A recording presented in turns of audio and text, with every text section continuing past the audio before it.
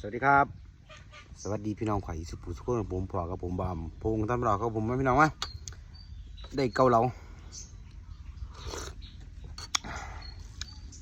หอสีสดหอนอุ่นฉ่ำนะ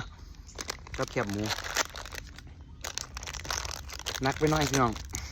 มายิ้มความเลี้ยวยังสีสวงได้เกาเหลาเหนือได้เพียงพี่น้องเลย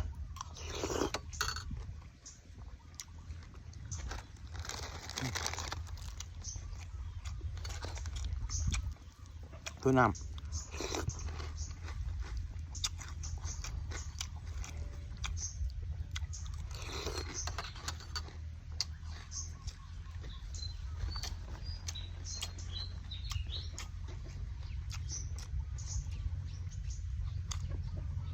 มันล่ำกินตาเลยมาสภาพนี้เลยพี่น้องสภาพมันล่ำกินตา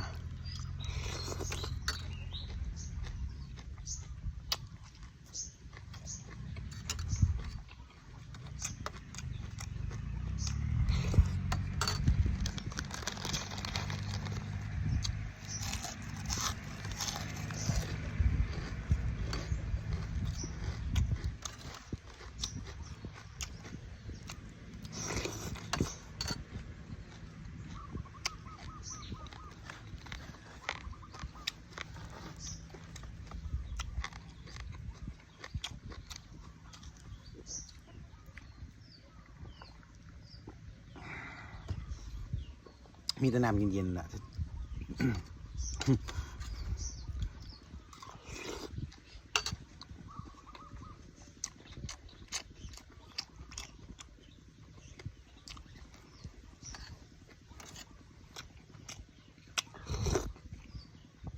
น้องตัวเด็ดแต่น้ำบัน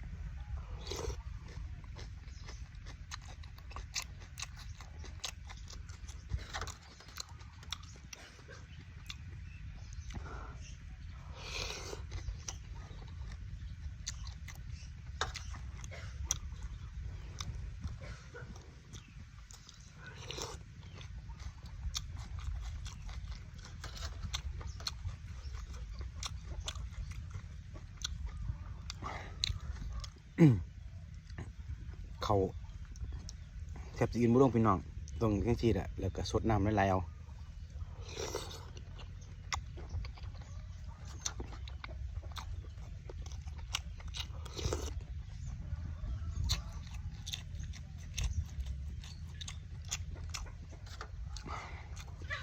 ฝืนบ่ฝืนหรอกต้องกินได้เพราะฉะนั้นมันจะเฮ็ดเบียกบ่ได้พี่น้อง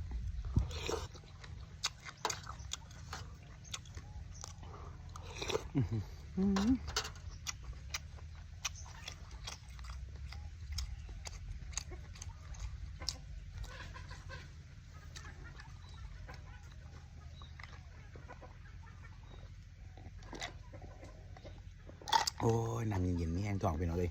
เอาครับสำหรับคลิปนี้เอาไว้ที่นี้พี่น้องนะครับอย่าลืมกดไลค์กดแชร์กดติดตามด้วยพี่น้องเป็นแรงเชียร์แรงใจให้ผมบ่าวพงครับเราให้คลิปต่อๆไปผมสำหรับคลิปนี้เอาไว้ที่นี้ผมสวัสดีครับเสียบๆเพื่อเอาแล้วครับพี่น้อง